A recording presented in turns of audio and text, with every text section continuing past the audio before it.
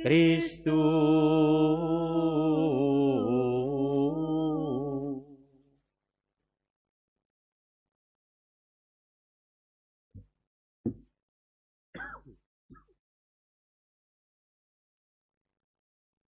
Bapak Ibu, saudara-saudari, umat sekalian yang dikasihi Tuhan.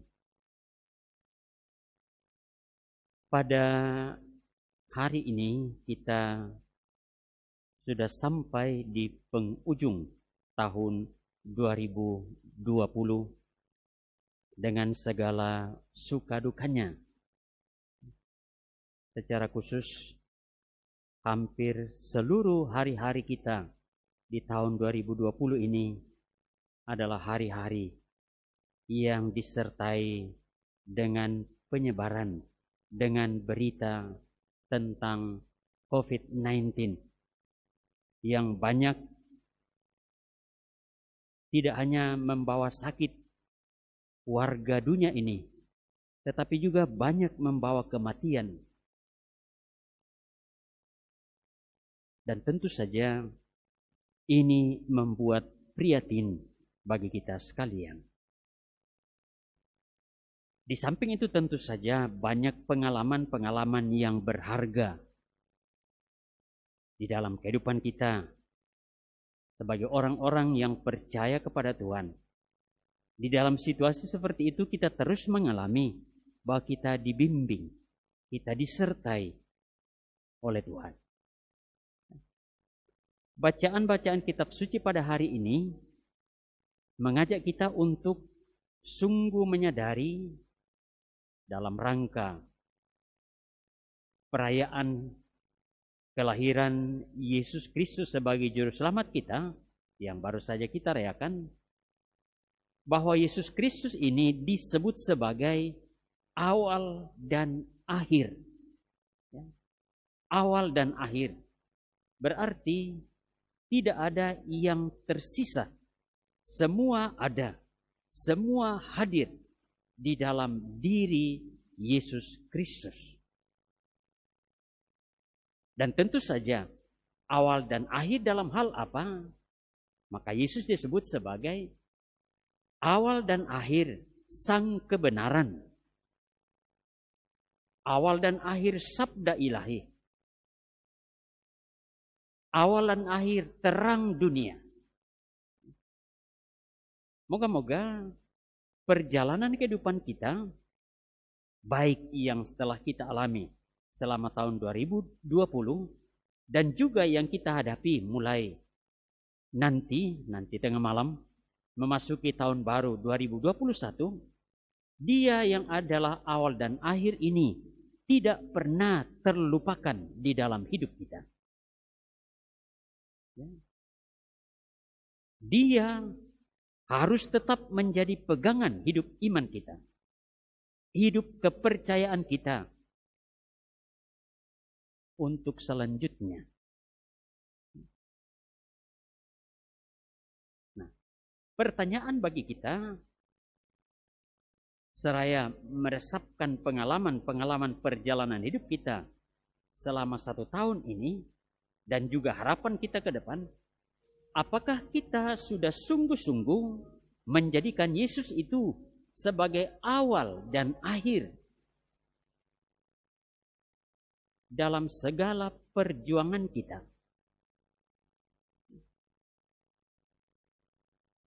Banyak tentu saja keberhasilan yang telah kita capai. Di samping tentu saja di sana sini ada kegagalan kita sebagai manusia. Baik keberhasilan maupun kegagalan, mari kita jadikan sebagai pelajaran yang berarti untuk kita pakai, untuk kita jadikan sebagai titik baru lagi untuk menjalani hidup kita menjadi semakin baik, menjadi semakin berarti bagi sesama, dan juga tentu saja menjadi semakin setia kepada Tuhan.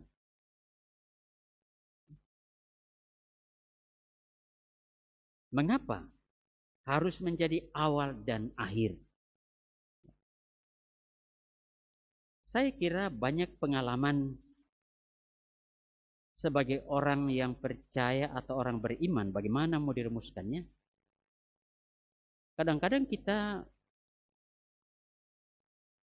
baru berusaha untuk mencari Tuhan atau untuk memahami Dia atau untuk mau mengalami kehadirannya, kalau kita terbentur di dalam kehidupan kita di dunia ini. Itu berarti kita tidak menjadikan Dia awal dan akhir, tetapi sewaktu-waktu saja. Pada saat ada kesempatan kita berdoa, tetapi pada saat sibuk kita tidak berdoa. Itu berarti Dia bukan awal dan akhir dalam kehidupan beriman kita. Kalau saya berdoa pada saat saya bangun pagi dan seluruh perjalanan kehidupan kita adalah perjalanan yang disadari bahwa kita bersama dengan Allah, kita diberkati oleh Tuhan, kita bekerja bersama dengan Tuhan, dan akhirnya nanti pada saat kita mau tidur kita berdoa, kita menjadikan hidup kita ini menjadi hidup yang di dalamnya ada Yesus yang adalah awal dan akhir dari kehidupan kita.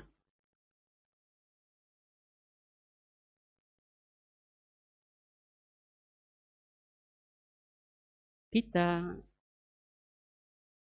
nanti malam dan kemudian seterusnya memasuki tahun 2021. Ya.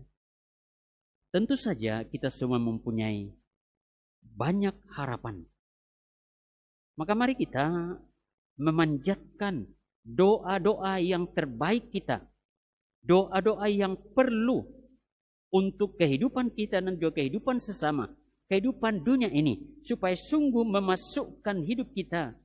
Semua manusia dan dunia ini ke dalam awal dan akhir ini. Supaya sungguh-sungguh berada di dalam rencana, di dalam rancangan Tuhan sendiri. Dan tentu saja, salah satu doa yang tidak boleh kita abaikan, bahkan untuk saat ini, kita sebut sebagai doa yang utama adalah kita mohon kemurahan dan belas kasih Tuhan untuk dapat mengendalikan COVID-19 ini, bahkan lenyap dari bumi ini.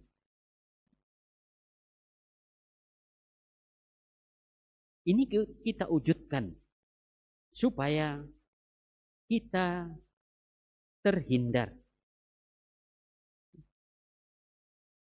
Bahkan penyebaran virus ini sungguh bisa dikendalikan. Oleh karena itu Bapak, Ibu, dan Saudara terkasih,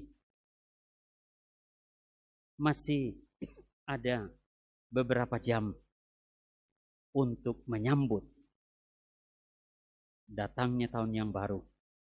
Itu juga berarti masih ada beberapa jam di mana kita boleh merefleksikan hidup iman kita, diri kita, supaya kita tidak hanya menyambut tahun yang baru, tetapi juga kita menyambut kehidupan yang baru, khususnya dalam iman kita. Ada semangat baru. Dan semangat baru yang mana? Semangat baru di dalam kebenaran Tuhan. Seperti kita dengarkan dalam bacaan tadi.